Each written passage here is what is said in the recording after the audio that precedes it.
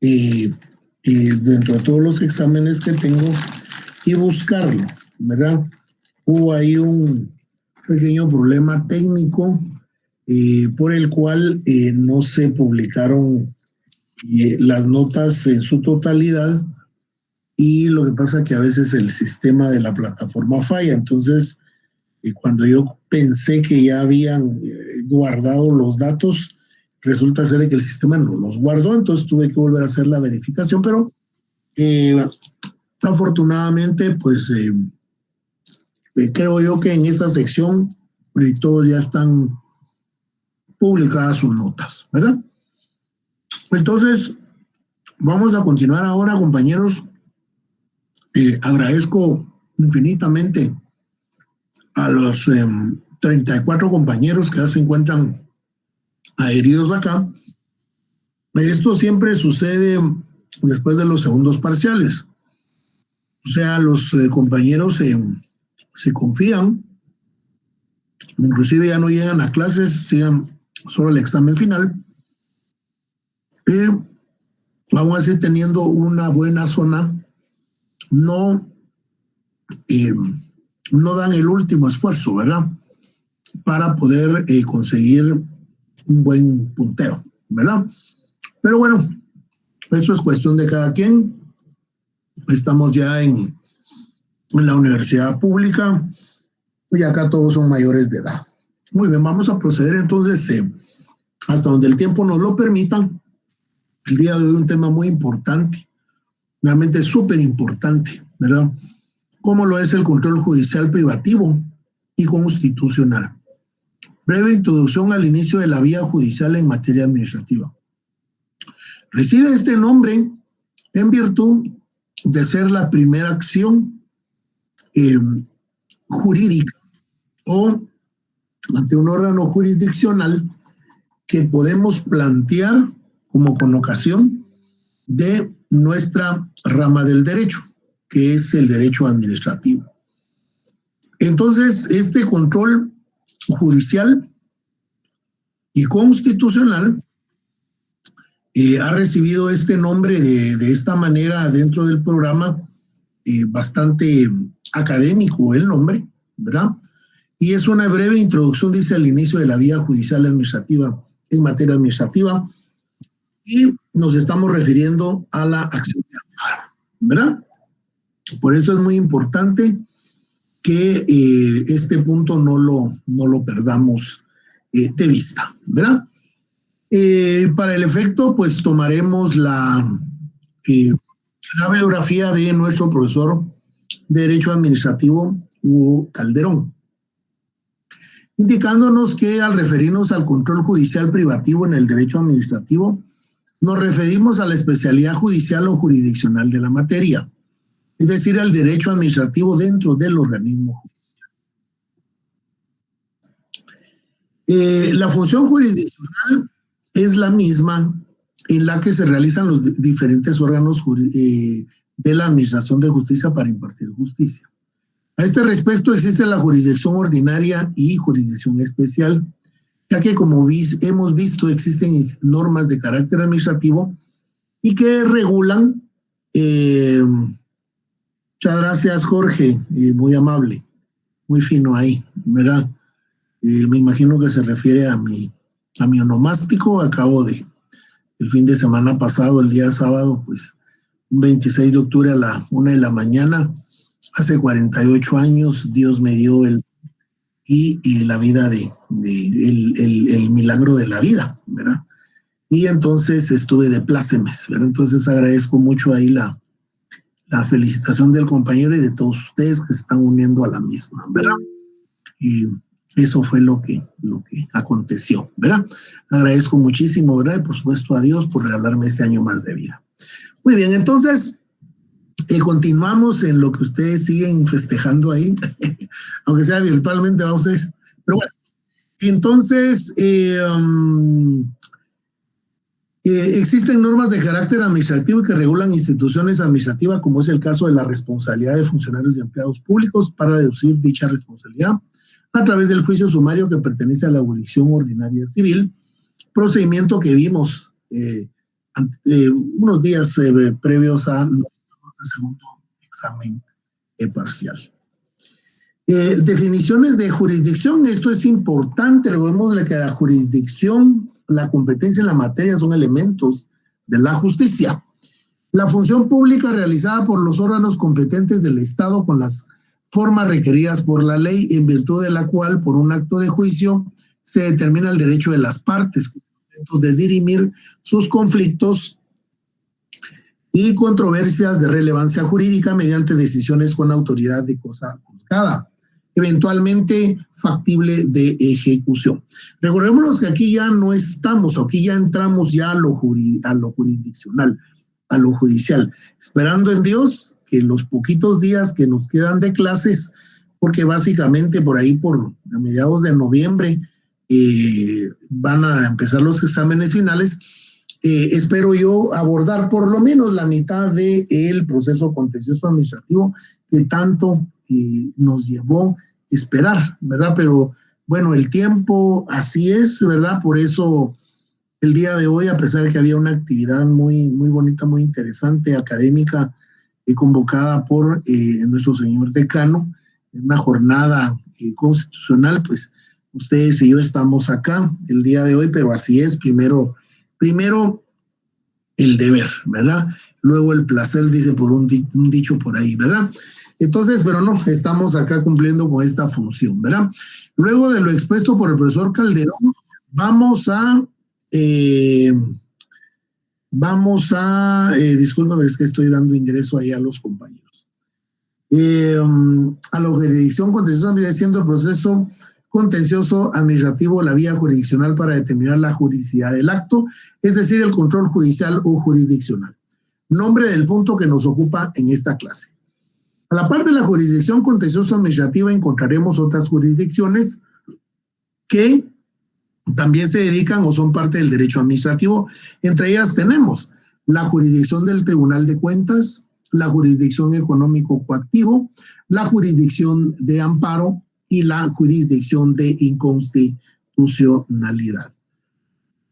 La jurisdicción contencioso administrativo, por la naturaleza de esta jurisdicción contencioso administrativo, será la vía del derecho administrativo, salvo disposición legal en contrario, sea ventilada por otra jurisdicción como se apuntó anteriormente.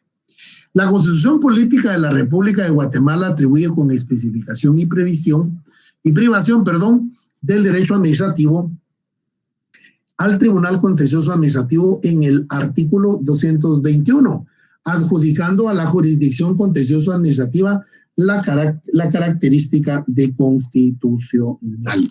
Es decir, hay un carácter eminentemente privativo que solo estas salas van a conocer con exclusividad esta materia. Y al respecto de ese llamado que nos hace el profesor Hugo Calderón, este citado artículo establece, al cual tenemos que hacerle el llamado, por favor, del artículo 45 de nuestra Ley de lo Contencioso Administrativo. El artículo 221 constitucional, le hacemos el llamado al artículo 45 de la Ley de lo Contencioso Administrativo. Asimismo, también el artículo 58 de la Ley del Organismo Judicial, principio de juridicidad. El Tribunal de lo Contencioso Administrativo, si Cindy, adelante, o por error creo que marcó ahí, o va a hablar. Buenas tardes, licenciado. Ay, perdone, solo no logré escuchar los artículos, disculpe. Artículo 45 de nuestra Ley de lo Contencioso Administrativo, 58 de la Ley del Organismo Judicial. Estamos en el artículo 221 constitucional. El Tribunal de lo Contencioso Administrativo, su función es la de contralor de la juridicidad de la administración pública y tiene atribuciones para conocer en caso de contienda por actos y resoluciones de la administración y de las entidades descentralizadas y autónomas del Estado, así como los casos de controversias derivadas de contratos y concesiones administrativas. Para ocurrir a este tribunal no será necesario ningún pago o caución previa. Sin embargo, la ley podrá establecer determinadas situaciones en las que el recurrente tenga que pagar intereses a la tasa corriente sobre los impuestos que haya discutido o impugnado y cuyo pago al fisco se demoró en virtud del recurso. Muy bien, eso es lo que establece el artículo 221 constitucional.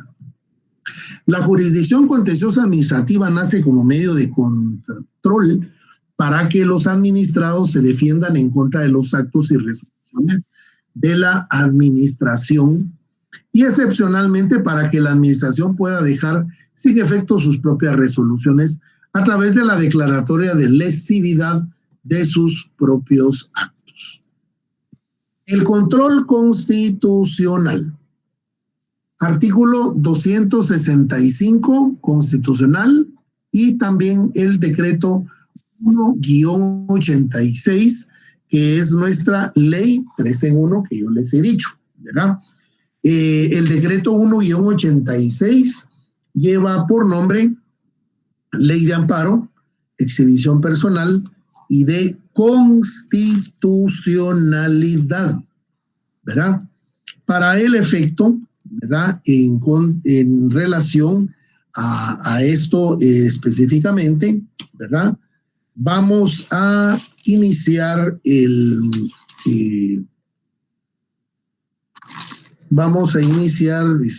esta ley en el artículo 149 de la Ley de Amparo, Exhibición Personal y de Constitucionalidad. En el artículo 49, ¿verdad? El control constitucional es el que se ejerce la Corte de Constitucionalidad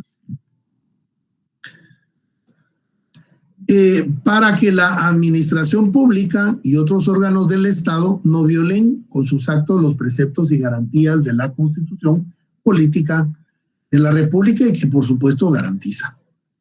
Hay que analizar que la Corte de Constitucionalidad como organismo que garantiza que todo ámbito de la vida del Estado de Guatemala que cumple sus preceptos constitucionales y que no violen los mismos. La regulación legal del amparo se inicia con la Constitución Política de la República, la que en su artículo 265 establece. Se instituye el amparo con el fin de proteger a las personas contra amenazas de violaciones de sus derechos o para restaurar el imperio de los mismos.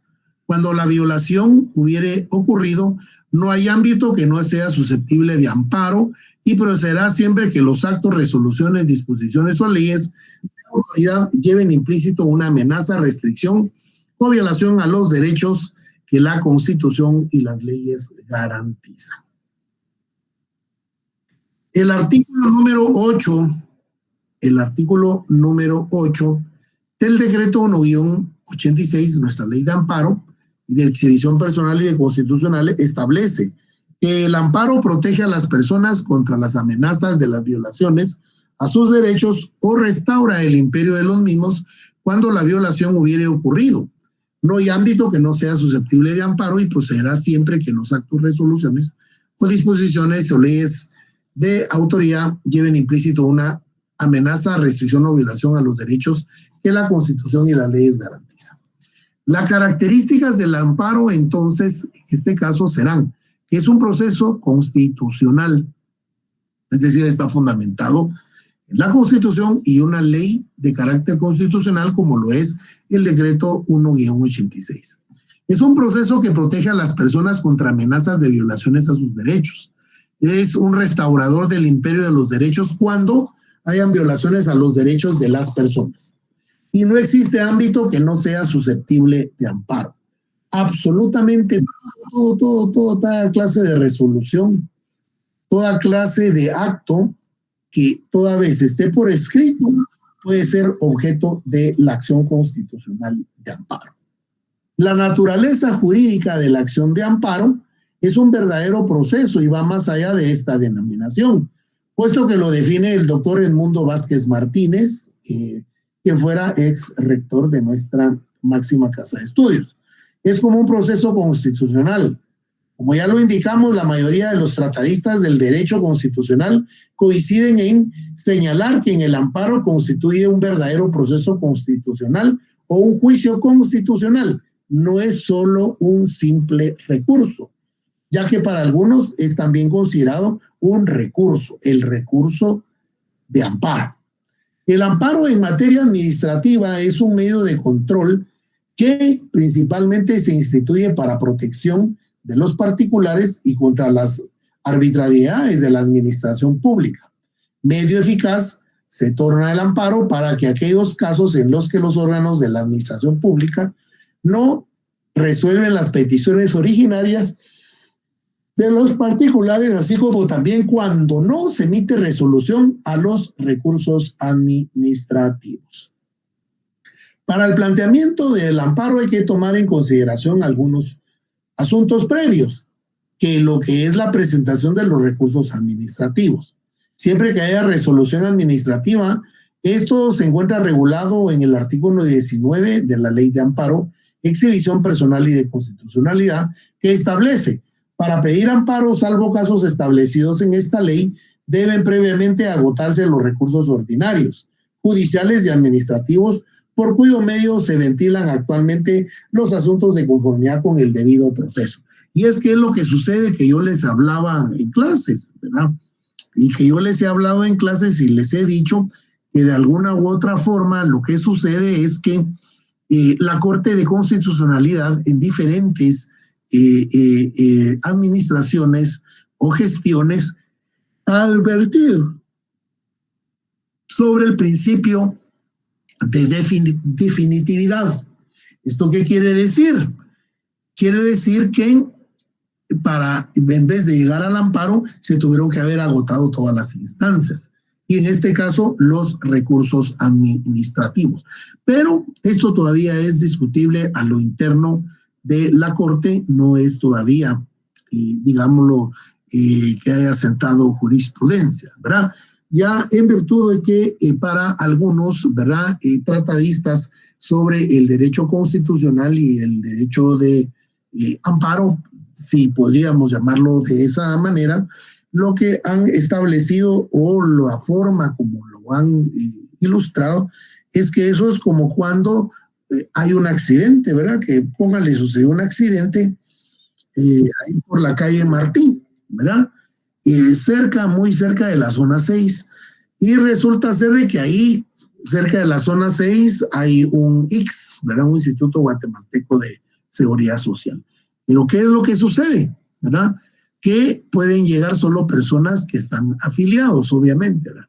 Pero con ocasión de una emergencia, ¿verdad?, debiese de ser atendido, pues por lo menos las personas más delicadas de salud, ¿verdad? Y no esperar a llegar a un hospital nacional, que el más cercano en este caso podría ser el San Juan de Dios, y no sea que en el camino la persona fallezca, ¿verdad? Es una forma tal vez un tanto burda de poder hacer la analogía, compañeros, con relación al principio de definitividad, pero para algunos que no debiera de solicitarse o requerirse ese principio, así es como opera más o menos esto, ¿verdad? La frase "salvo en los casos establecidos en esta ley" significa que antes de solicitar la acción de amparo se debe agotar la vía administrativa, y lo contrario deviene improcedente el amparo. Para algunos sí, ¿verdad? Principios procesales para la aplicación de la ley. Estos principios son aportados por el licenciado Jorge Mario Castillo. Se trata de principios procesales de carácter general, legal del amparo, generales, obligatorios, de forma y de trámite, que deben observarse en todos los procesos constitucionales. La acción de amparo, regido por la Ley de Amparo, es un proceso dirigido por tres tipos de principios. El primero, principios procesales de carácter general, enumerados en el artículo 6 del amparo, ¿verdad? Del artículo número 5, ¿verdad? Y podemos darle lectura ahí rapidito a estos principios. No sé si alguien ahorita ahí en clase nos puede hacer el favor de darle lectura a ese principio, a ese artículo número 5, por favor, compañeros. ¿Alguien que me ayude el día de hoy? Pero no todos. Adelante, María Luz. Buenas tardes, artículo 5 de la ley de amparo. Sí. Principios procesales para la aplicación de esta ley. En cualesquiera procesos relativos a la justicia constitucional rigen los siguientes principios. Todos los días y horas son hábiles. Las actuaciones serán en papel simple, salvo lo que sobre reposición del mismo se resuelva en definitivo. Toda notificación deberá hacerse a más tarde al día siguiente de la fecha de la respectiva resolución, salvo el término de la distancia. Los tribunales deberán tramitarlo y resolverlo con prioridad a los demás asuntos. Sí, muchas gracias. Muchas gracias, María de la Luz. Efectivamente, esos principios son los que básicamente privan y los tenemos que tener siempre presentes, ¿verdad? Que todos los días y horas son hábiles para la presentación del amparo. Por esa razón es que en las cabeceras municipales lo que existe es un juzgado de paz. Ese juzgado de paz está abierto o tiene que estar abierto los 365 días del año, las 24 horas del día. Acá en la capital, pues hay diferentes juzgados de turno, ¿verdad? Tenemos allá en la Torre de Tribunales, ¿verdad? Que son de paz penal, y también los tenemos en Villanueva, los tenemos en Amatitlán, los tenemos aquí en el municipio de Misco, y así sucesivamente. Y hasta en la misma Corte de Constitucionalidad está abierta siempre la puertecita de la reja de la entrada principal y también la puertecita de la persiana, ¿verdad? Porque así es, ¿verdad? Todos los días y horas son hábiles. Las actuaciones serán en papel simple, salvo lo que sobre reposición del mismo se resuelva en definitiva, ¿verdad? O sea, las actuaciones son en papel bond, ¿verdad? Para todos los particulares y puede, ¿cómo se llama? Plantearse inclusive en el caso, imagínense ustedes, en materia de exhibición personal, hay algunos que dicen que hasta en una carterita de fósforos que yo nunca lo he visto, ¿verdad?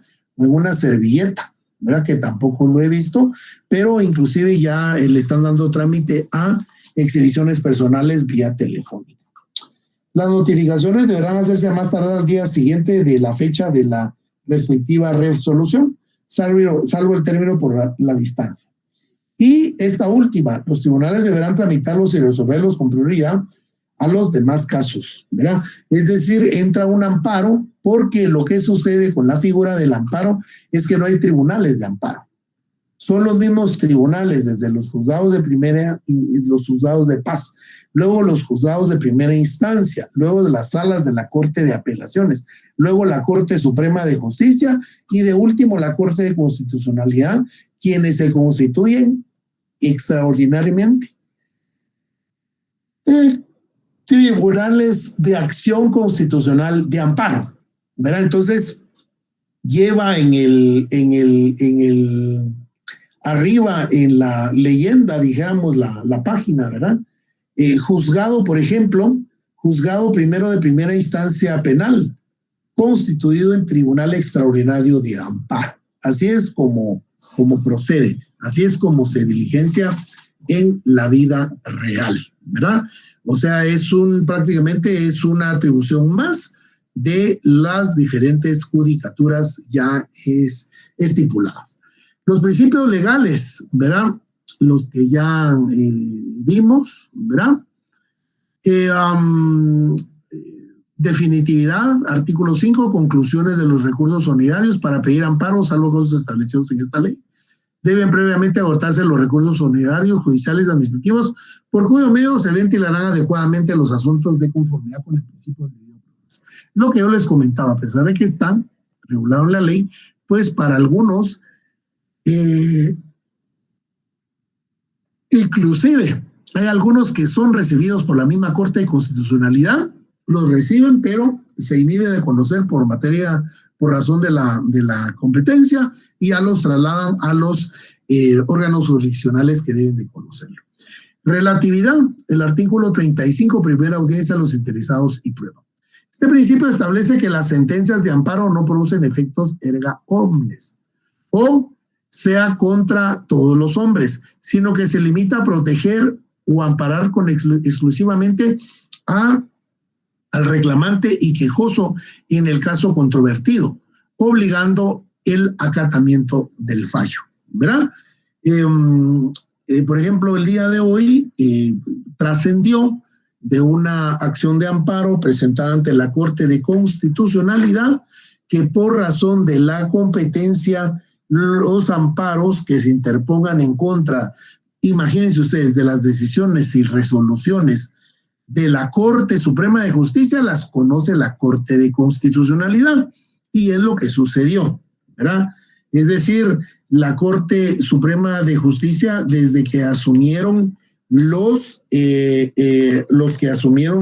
magistrados de la Corte Suprema de Justicia, el presidente funciones daba un poco de risa el día de la toma de posesión, porque llamaba a la unidad, llamaba a la concordia, llamaba a la armonía, que es hora de que nos pongamos a trabajar, y invitó al presidente de la República y a la fiscal general a que se dieran un apretón de mano y un abrazo, beso, pellizco, nalgada y jamón y de todo, y resulta ser que los actuales 13 magistrados no pueden ponerse de acuerdo para elegir a su presidente, ¿verdad? Ahí sigue como dijeran las abuelitas, ¿verdad?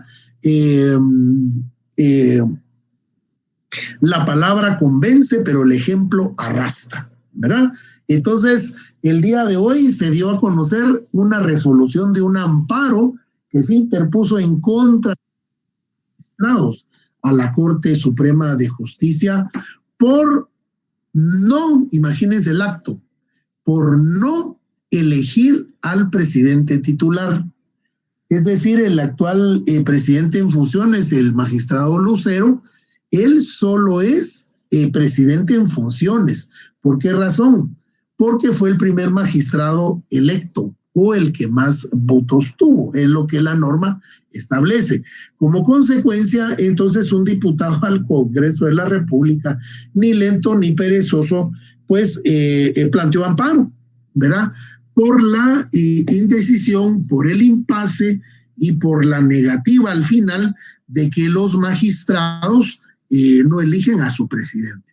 Pues ya se manifestó la Corte de Constitucionalidad el día de hoy, conminando, advirtiendo a los magistrados de la Corte Suprema de Justicia a que se tienen que reunir todos los días. Imagínense eso, incluye 1 de noviembre. Y no está diciendo de lunes a viernes, es todos los días.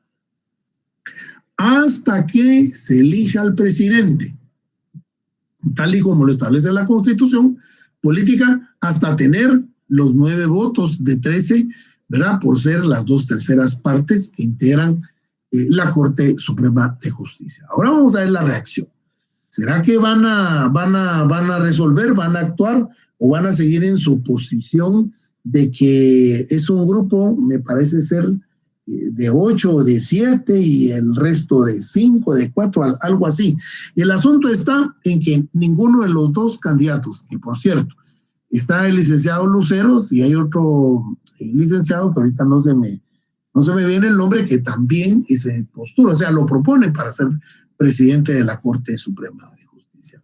Y ahí vemos entonces claramente cómo es que opera entonces la acción constitucional de amparo. Es decir, el amparo es precisamente la protección y la violación de esos principios constitucionales, derechos humanos, y es reparador.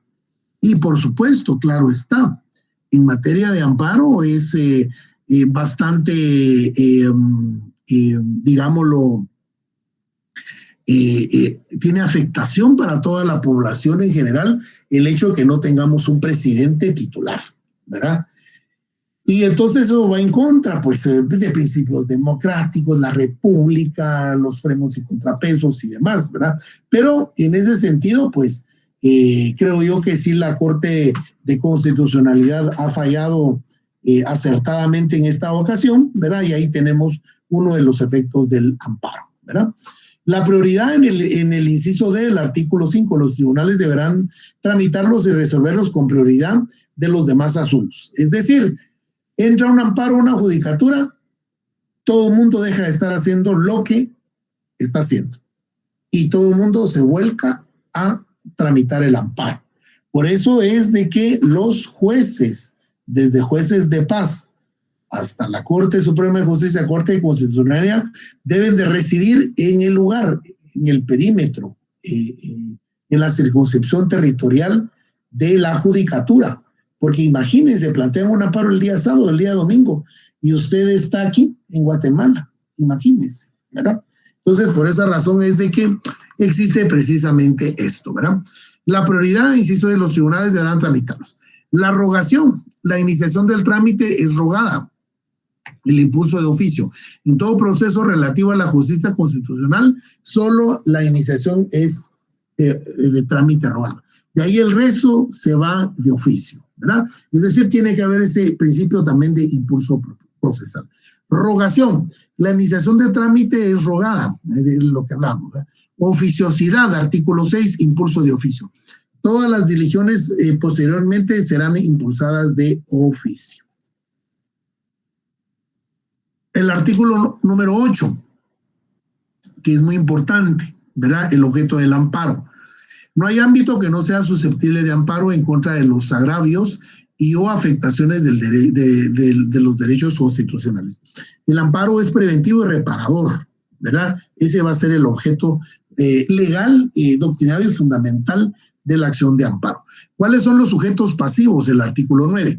Las autoridades recurridas podrán solicitarse amparo contra el poder público, incluyendo las entidades descentralizadas o autónomas, las sostenidas con fondos. Y ahorita, por ejemplo, también tenemos otro amparo en trámite que hoy cabalmente también salía en la noticia, ¿verdad? Es un amparo interpuesto en contra del Consejo Superior Universitario de nuestra 3 veces centenaria Universidad de San Carlos. ¿En qué sentido? En que hay 37 miembros ya del Consejo Superior Universitario que ya se extralimitaron en el plazo para el cual fueron electos para estar ejerciendo la representación ante el Consejo Superior Universitario. Como consecuencia, se planteó un amparo en otro diputado en contra del Consejo Superior Universitario y falló favorablemente otorgando el amparo provisional, conminando a los miembros del Consejo Superior Universitario para que en el plazo de 15 días elijan todas las autoridades habidas y por haber, que ya están prácticamente fenecidos los plazos. Sí, don Erwin Ruano, adelante.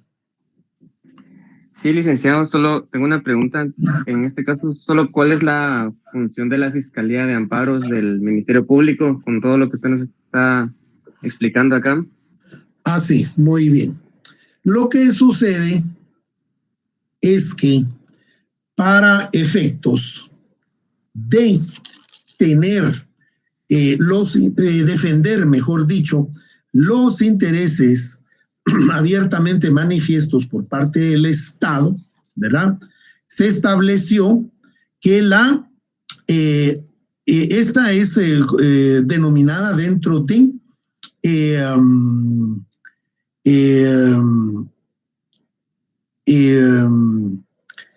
que van a estar en defensa de los intereses del Estado de Guatemala. Por eso es que dentro de la organización, ¿verdad? Dentro de la organización del Ministerio Público, así como lo indica el compañero, hay una fiscalía de amparos, ¿verdad? Y es esa la que siempre es conminada precisamente a efectos de que se mantengan, ¿verdad? Y va a ser prácticamente como parte dentro del proceso.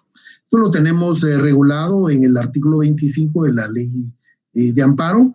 Esto también denominado en la doctrina acción difusa, en virtud de que la legitimación activa del Ministerio Público y del Procurador de los Derechos Humanos Dice: el Ministerio Público y el Procurador de los Derechos Humanos tienen legitimación activa para interponer amparos a efecto de proteger los intereses que se le han sido encomendados. Y por esa razón, y para cuando son efectos en materia de derechos humanos, pues esa es la Procuraduría de los Derechos Humanos, pero básicamente siempre va a ser el Ministerio Público el que va a estar como el tercero interesado a favor de la prácticamente de los intereses del Estado, ¿verdad? No sé si ahí está respondida su pregunta, compañero, ¿verdad? Pero sí es muy importante ese extremo en virtud de que siempre se le da intervención al Ministerio Público en todas las acciones de amparo, ¿verdad? Para que se pronuncie y se manifieste, inclusive para el procedimiento que lo vamos a ver, ¿verdad? Siempre está el espacio ahí y la evacuación del Ministerio Público. Los sujetos pasivos, como hablábamos, ¿verdad? Son las autoridades recurridas, ¿verdad? Podrán solicitar amparo contra el poder público, incluyendo entidades descentralizadas y autónomas, las sostenidas con fondos públicos. Y también puede ser entidades del mismo Estado en contra de otras del Estado, ¿verdad? Eso sí es una cuestión ahí bastante, como lo dice la doctrina, va acción difusa, ¿verdad? Y luego la procedencia del amparo, los casos en los que procede el amparo, lo tenemos regulado en el inciso A y el H, incluyendo el artículo 265 constitucional. Bueno, yo les envié también la semana pasada, compañeros, que no hubo clases como consecuencia de los exámenes, les envié 2 autos, ¿verdad? La competencia del amparo, que está establecido en el auto acordado del 1-2013, ¿verdad? Tiene las disposiciones reglamentarias y complementarias a la Ley de Amparo y Excepción Personal y de Constitucionalidad, ¿verdad? Esto con relación precisamente a la competencia. Por cuestión de tiempo, compañeros, no lo vamos a ver, ¿verdad? Pero yo se los envié ahí para que lo estudien, lo tengan presente, ¿verdad? Y entonces, solo déjenme ver si yo sí se los envié. Sí, aquí está. Les envié 2, ¿verdad?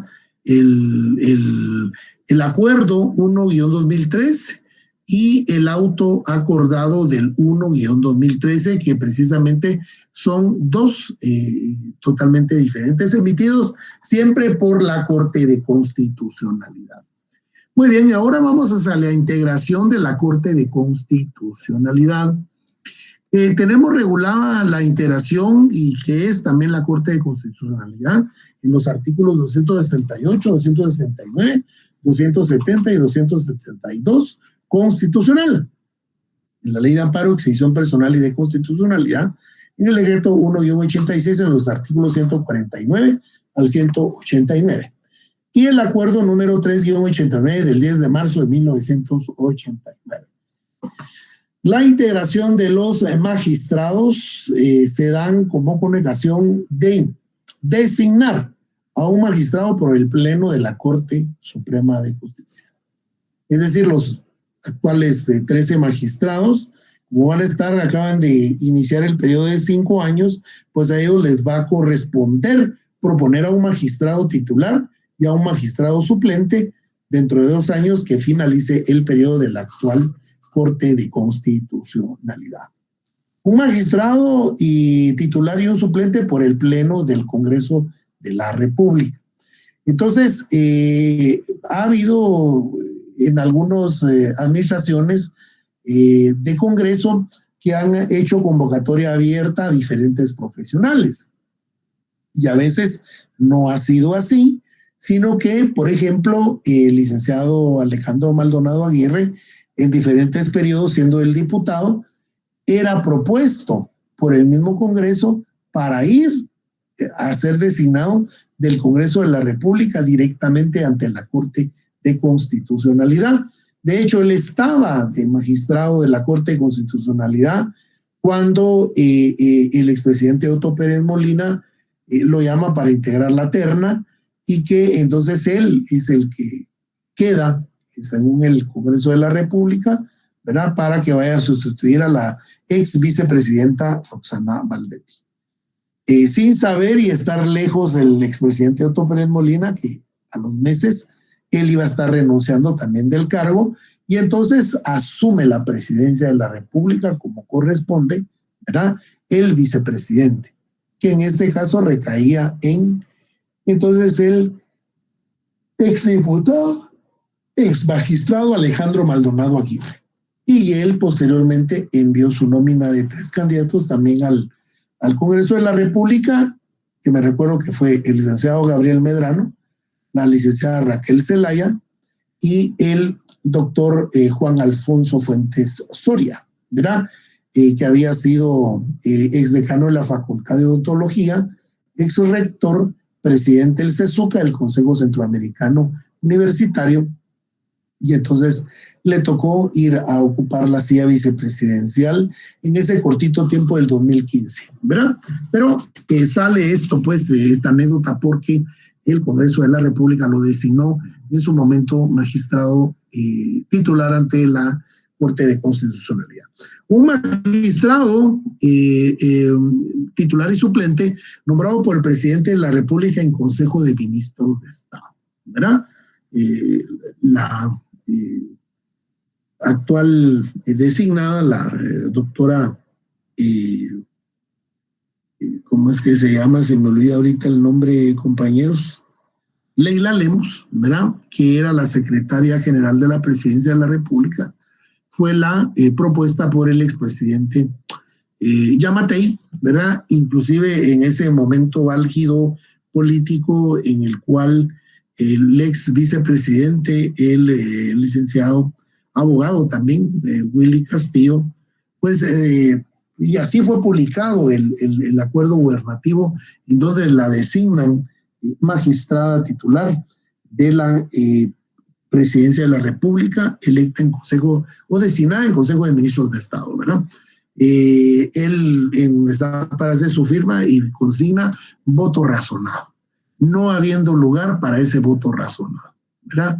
Él de alguna forma pues quería manifestarse en contra de su propio gobierno, ¿verdad? Que al final él asumió junto con el expresidente Yamatei, ¿verdad? Y luego tenemos un magistrado por el Consejo Superior Universitario de la Universidad de San Carlos de Guatemala. Otro de los procesos bastante democráticos, bastante abiertos, porque lo que hace el Consejo Superior Universitario es que informan a toda la comunidad de docentes de la Universidad de San Carlos o del Colegio de Abogados y Notarios de Guatemala, que tiene egresados de la Universidad de San Carlos, de la Facultad de Derecho, ¿verdad? Para que se postulen candidatos para que el Consejo Superior Universitario designe al titular y suplente, ¿verdad? En este caso, pues ya vamos a ver más adelante que dentro de la ley de constitucionalidad hay unos requisitos preferenciales que deben de cumplir cada uno de los candidatos que son propuestos por los diferentes organismos de Estado. Y de último tenemos a un magistrado titular y suplente por la Asamblea del Colegio de Abogados y Notarios de Guatemala. Este último, ¿verdad? Podría decirse que es el más democrático, ¿verdad?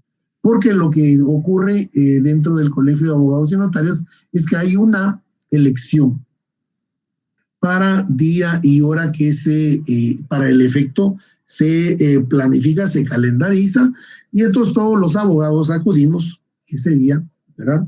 Es una fiesta electoral dentro del colegio, ¿verdad? Para que votamos a jugar por las diferentes planillas que se propusieron, porque ahí es por planillas. Y muchas veces se va hasta la segunda vuelta para poder dirimir el primer lugar, si lo podemos ver de esa manera, ¿verdad? Y los que votamos, pues somos todos los agremiados.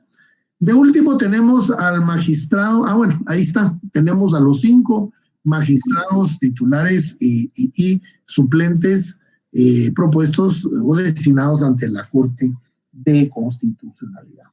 Requisitos para ser magistrado de la Corte de Constitucionalidad: ser guatemalteco de origen, ser abogado colegiado activo. Vean esta característica. No es notario, que no se va a ejercer la función de notario, sino la función de abogado.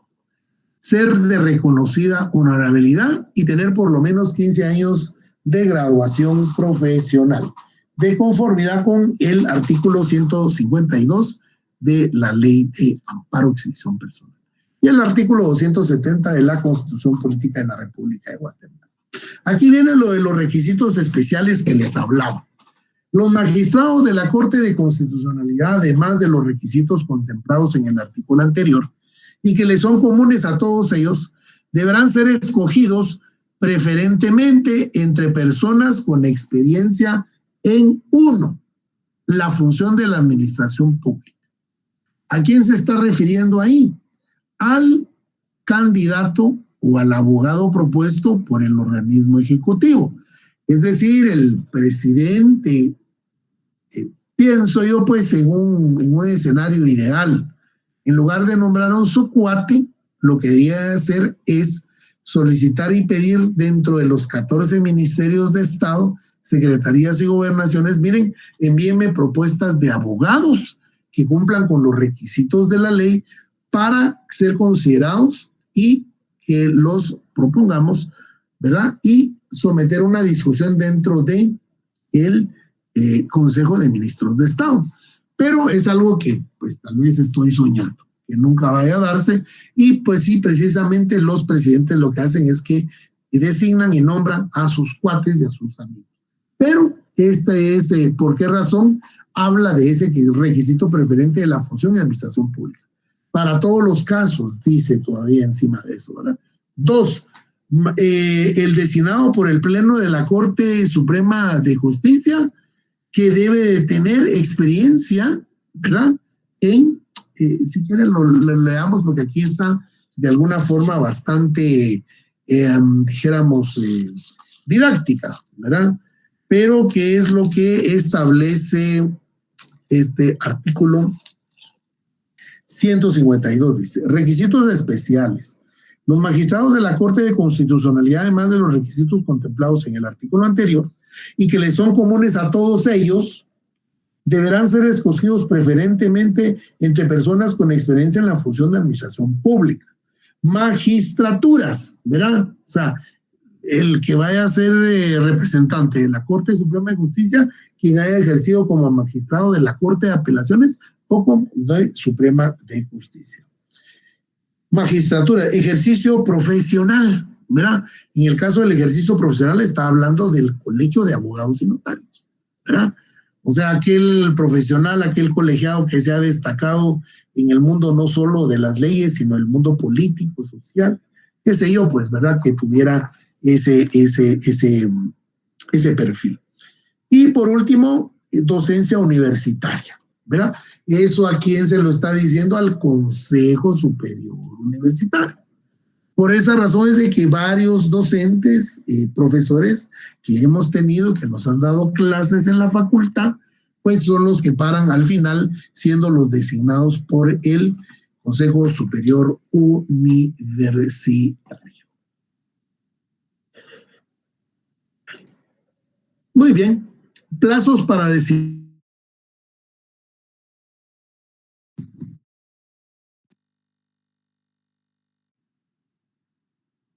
Pero eso es como tarea. Muy bien. Hasta ahorita, hasta donde vamos, no sé si tienen alguna duda, algún comentario. ¿O todo ha quedado claro? Primero que entremos al trámite del amparo. Y Francisco, Cristian, qué bien.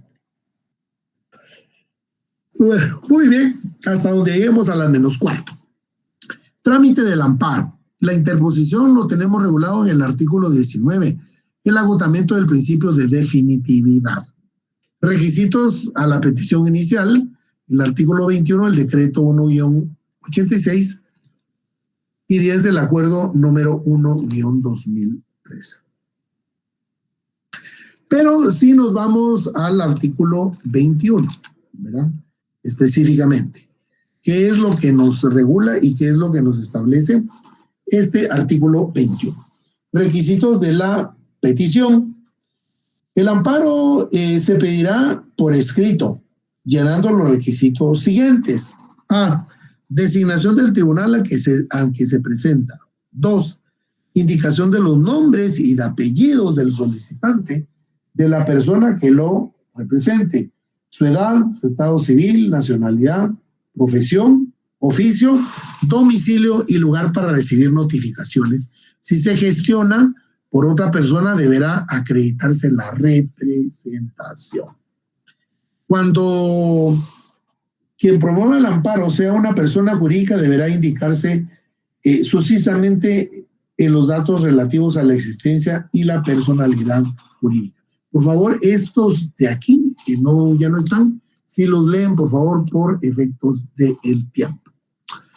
Indicación del nombre de la persona y el lugar, nombre de los abogados, especificación de la autoridad, funcionario, empleado, persona o entidad contra quien va dirigido el amparo, indicación a quienes deben de darse la intervención como terceros interesados, descripción del acto reclamado, especificado su contenido, señalamientos concretos de los derechos fundamentales o principios constitucionales que se denuncian como amenaza y violación a los o violados, con indicación de las normas constitucionales u otras que les sean aplicables. Hechos de argumentaciones que expliquen la forma como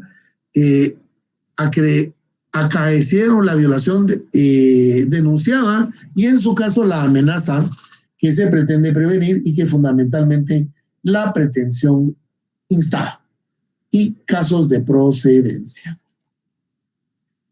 La individualización de los medios de comprobación que ofrezca el solicitante o si requiere que se le prueba. Detalle preciso de los efectos de la protección constitucional que pretende. Lugar, fecha y firma del solicitante. Si no sabe o no puede firmar, lo hará a otra persona o el abogado que le auxilia. M. Firma y sello del abogado colegiado activo con el que se patrocina como responsable de la juridicidad del planteamiento. Si fuere más de un abogado, el escrito deberá estar firmado y sellado por todos los propuestos. De lo contrario, el tribunal tendrá como un abogado responsable únicamente aquellos en que hayan sido solicitados en el memorial. La omisión de los requisitos en la parte de la petición en el artículo 22 del decreto. Cuando la persona solicita un amparo haya omitido el señalamiento de uno o más requisitos en la interposición o sea defectuosa la personería, el tribunal que conozca el caso resolverá de acuerdo al trámite del amparo y ordenado interponente cumplir con los requisitos faltantes dentro de el término de 3 días, pero en lo posible no suspenderá el trámite. Cuando el tribunal lo estime pertinente, podrá agregarse al término de la distancia, ¿verdad?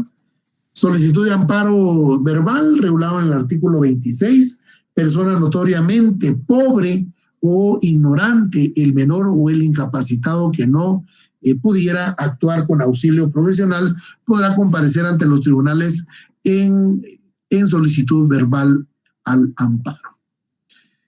El amparo provisional regulado en el artículo 27, por eso yo siempre les he indicado y les he informado, y por eso sería bueno que tuvieran ahí a la par su ley de amparo para ir haciendo las anotaciones, compañeros, porque las leyes no son recetarios de cocina, ¿verdad?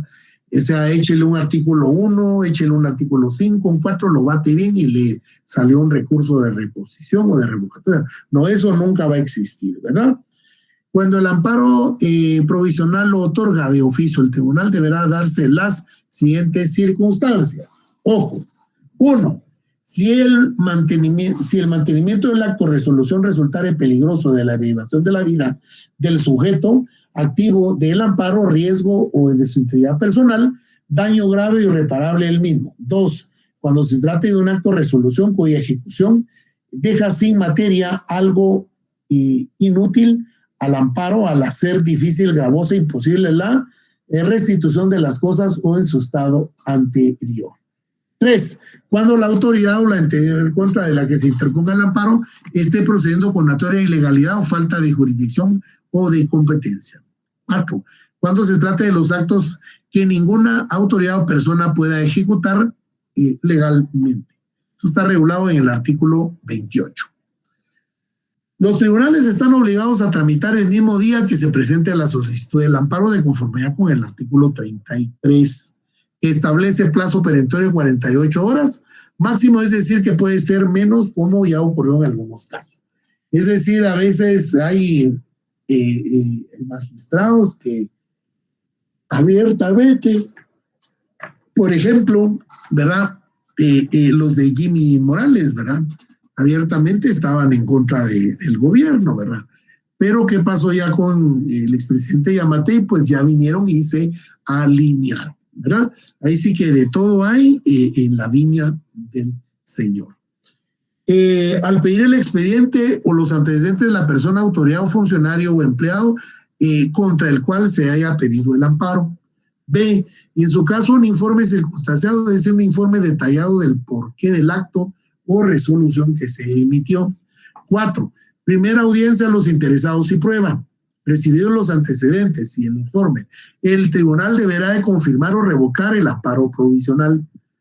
De los antecedentes dará vista al solicitante, al MP, 48 horas para esta vista, regulado en el artículo 35 también. Ahí tenemos el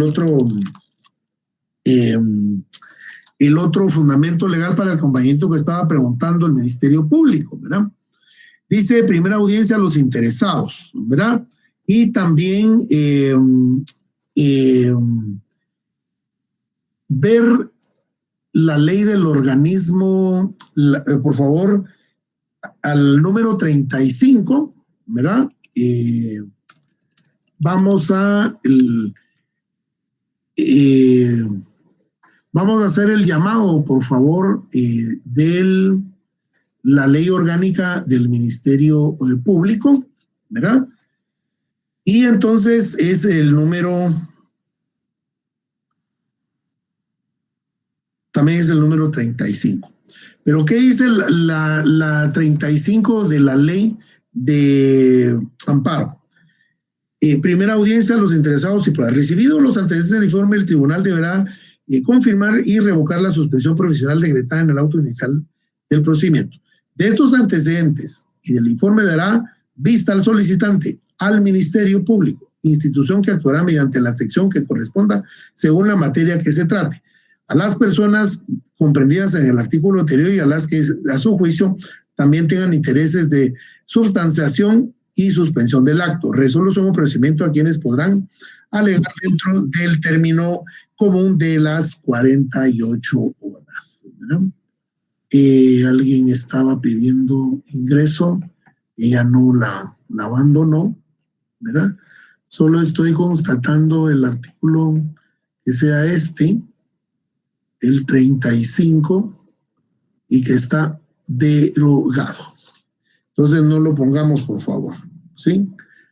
Este fue derogado y quedó únicamente dentro de la ley de amparo, pero sí está acá, por favor.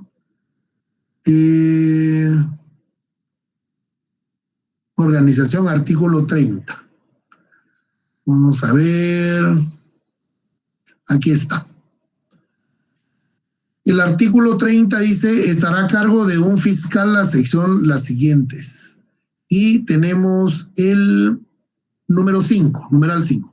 Fiscalía de Asuntos Constitucionales, amparos de exhibición personal. Promoverá todas aquellas acciones que tengan por objeto velar por el estricto cumplimiento de la Constitución Política de la República y las leyes en esta materia. Entonces, borramos el artículo 35, compañeros, por favor, y ponemos el artículo 30. El artículo 30, por favor, de la ley orgánica del Ministerio Público. Inciso, ¿verdad? Inciso 5. Ahí está. Para los que estamos aquí en clase, pues eso es lo que nos llevamos el día de hoy, ¿verdad? Pueden descargar su ley del Ministerio Público de la página, por favor, para que ustedes ahí la tengan, ¿verdad, compañeros? Bueno, muy bien, entonces ya tenemos la primera audiencia. Ahora viene la prueba. 35. Vencido el término de las 48 horas de la vista de los antecedentes y informe circunstanciado, el tribunal estará obligado a resolver, pero sin que hubieran hechos que establecer, abrirá prueba del amparo por el improrrogable término de 8 días. Segunda audiencia y sentencia. Artículo 37. Cumplido el término probatorio, el tribunal dictará providencia dando audiencia a las partes, al Ministerio Público por el término común de las 48 horas, transcurrido el cual se haya o no pronunciado, y dictará sentencia dentro de los 3 días siguientes. Luego hay una vista pública, último de los 3 días anteriores, el artículo 38. Si al evacuarse la audiencia al que se refiere al artículo anterior o al notificarse la resolución que omita la apertura a prueba, alguna de las partes del Ministerio Público solicita que se vea el caso de la vista, esta se efectuará al último y a los 3 días siguientes y al de la hora señalada que se le al tribunal, Cuando se haya efectuado la vista pública, el tribunal dictará sentencia dentro del plazo de los 3 días siguientes. ¿En qué casos? Que sea la CC quien conoce como Tribunal de Amparo debe fallar a los siguientes casos. Artículo 39, por favor.